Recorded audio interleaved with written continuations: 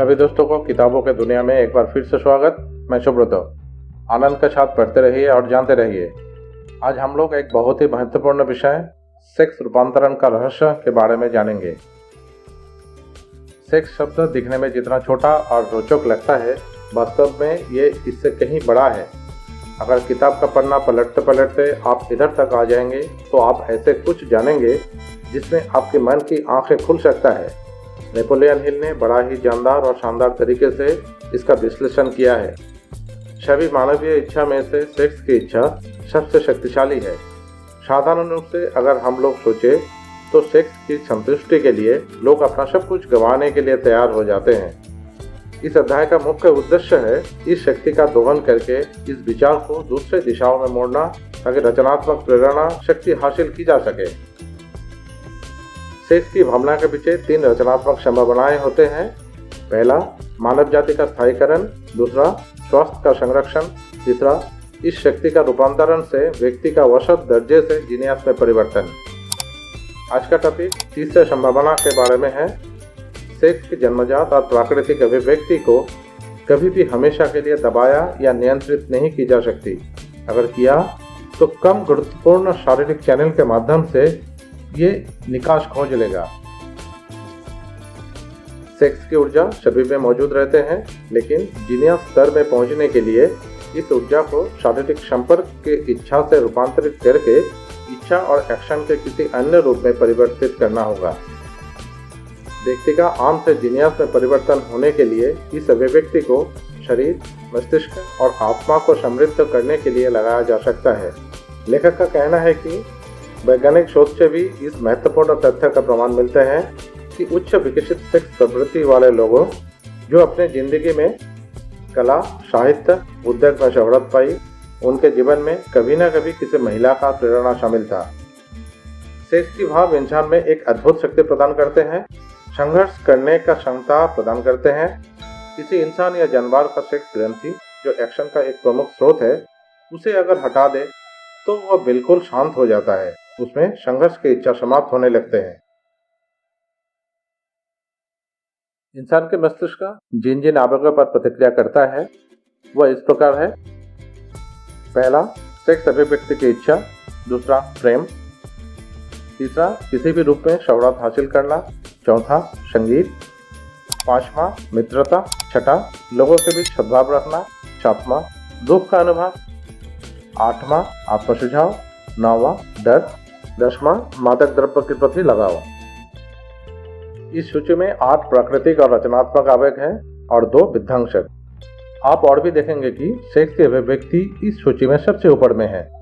ऊपर दिए गए 10 आवेगों में इंसान जब किसी एक या इससे ज्यादा से प्रेरित हो जाता है तो इंसान का मस्तिष्क सामान्य विचार से ऊपर उठने में सक्षम होते हैं। वह गुणवत्ता हासिल होते हैं जो निचले स्तर में उपलब्ध नहीं थे। ये इंसान को अपने सीमा या क्षितिज से पार देखने में मदद करता है। जैसे कि कोई हवाई जहाज बहुत ऊपर उड़ जाने से हमें क्षितिज की पार भी दिखाई देने लगते हैं। सफलता का यह सिद्धांत हर एक व्यक्ति पर काम करता है, बशर्ते उसमें उनकी रुचि हो।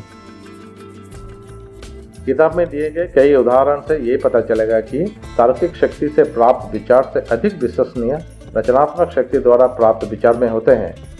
इतिहास में दर्ज किए गए नेपोलियन बोनापार्ट का उपलब्धि भी ऐसे ही कुछ थे। नेपोलियन को उनके उपलब्धि में पहली पत्नी जोसेफाइन का प्रेरणा थी।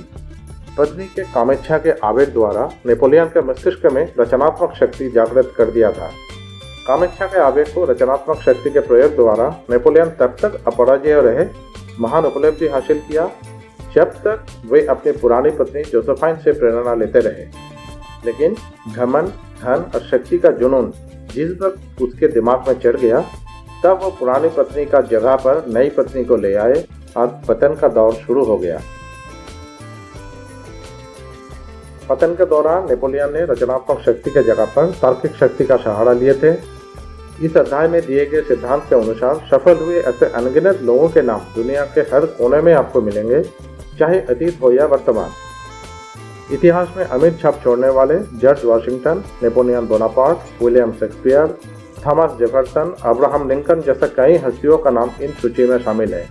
लेखक चेतावनी देते हुए लिखते हैं कि अधिकांश समय लोग प्रबल कामेच्छा के कारण जीनियस बनने के बजाय इस शक्ति का गलत उपयोग के कारण खुद को नीचे गिरा लेते हैं। लेखक और भी कहते हैं कि लोगों का उम्र 40-50 पार होने के बाद ही सेक्स की इच्छा के इस परिवर्तित रूप और संभावनाओं को लोग पहचान पाते हैं, समझ पाते हैं, क्योंकि कम उम्र में ये प्रवृत्ति शारीरिक भाव और अभिव्यक्ति के साथ ज्यादा संलग्न रहते हैं। हाँ जरूर, इसका अपवाद भी मिलेंगे, जहाँ कुछ लोग बढ़ती उम्र में भी इस ऊर्जा का अपव्यवहार में लगे रहते हैं।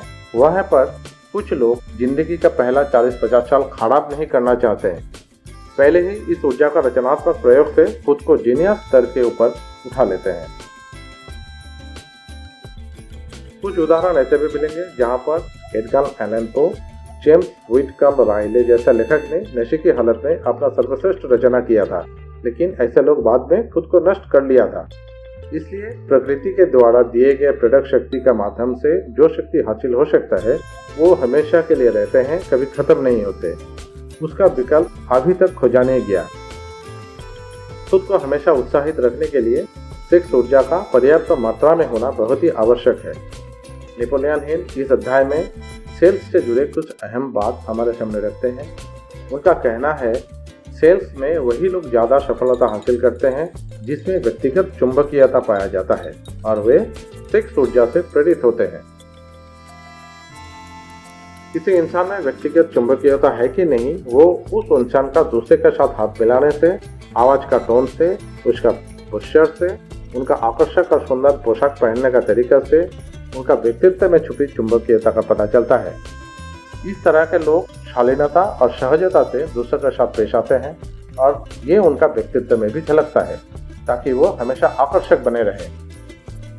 यहाँ सेक्स ऊर्जा का रूपांतरण सेल्स उत्साह में परिवर्तित होते हैं। अपने दिमाग को सेक्स के विषय से दूर हटाकर सेल्स प्रयास में लगाने में इच्छाशक्ति का होना बहुत ही जरूरी है। इंसान में ये खासियत प्रकृति के द्वारा ही दिए गए एक वरदान जैसी है। सेक्स की अभिव्यक्ति में बहुत ज्यादा संलग्नता असंयम का परिचायक हो सकता है, जैसे कि मादक द्रव्य या शराब से प्रेरित आवेगों में होता है। दोनों ही जगह पर आदमी नशे की अवस्था में रहते हैं, तर्क और इच्छाशक्ति पर नियंत्रण खो देता है। ये सफर थोड़ा कठिन है क्योंकि इसमें अधिक इच्छाशक्ति का आवश्यक होता है, लेकिन बदले में जो पुरस्कार मिलेगा वो प्रयासों से कहीं अधिक है। अगर उम्र 40-50 साल हो गए हैं तो अपने आप को बूढ़ा समझने के बजाय रूपांतरण का इस कला को समझना शुरू करें और आने वाला वक्त में अपने आप को अधिक उत्पादक बनाएं।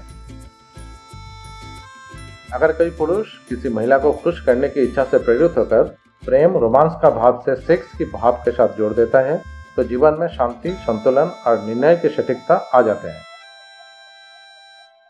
इस जगह पर प्रेम शब्द में महत्व इसलिए दिया गया है क्योंकि प्रेम की प्रकृति आध्यात्मिक प्रकृति होते हैं।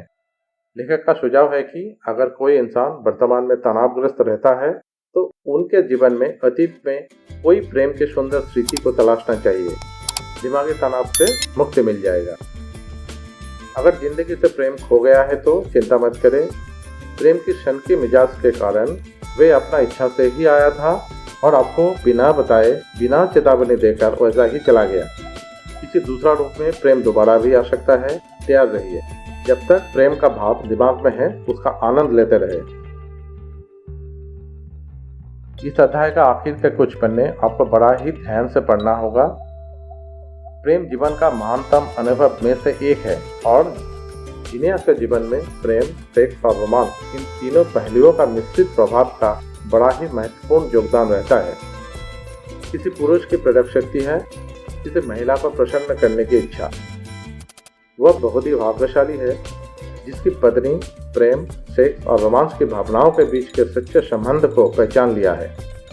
जो पुरुष बड़ा ही प्रसन्न होकर कोई महान उपलब्धियां हासिल करते हैं, चाहे वो ध्यान इकट्ठा करने जैसा कोई काम हो या शक्ति या शोहरत प्राप्त करने या युद्ध में विजय प्राप्त करने जैसा काम, आखिर में वो किसी महिला को प्रसन्न करने का उद्देश्य में ही होता है। बड़ा ही सुंदर, रोचक और समृद्धशाली शैली से इस अध्याय को लिखा गया है। उम्मीद है सभी पाठक इसे पढ़ के इस रूपांतरण का रहस्य को समझेंगे। रूपांतरण का इस रहस्य में आज बस इतना ही। अगले और एक महत्वपूर्ण अध्याय के साथ आपके साथ दोबारा मुलाकात होगा। आपका सुझाव का इंतजार रहेगा। अच्छे लगे तो दोस्तों के साथ भी शेयर कीजिएगा। हमेशा स्वस्थ रहिए, खुश रहिए, परिवार का ख्याल रखिए। धन्यवाद।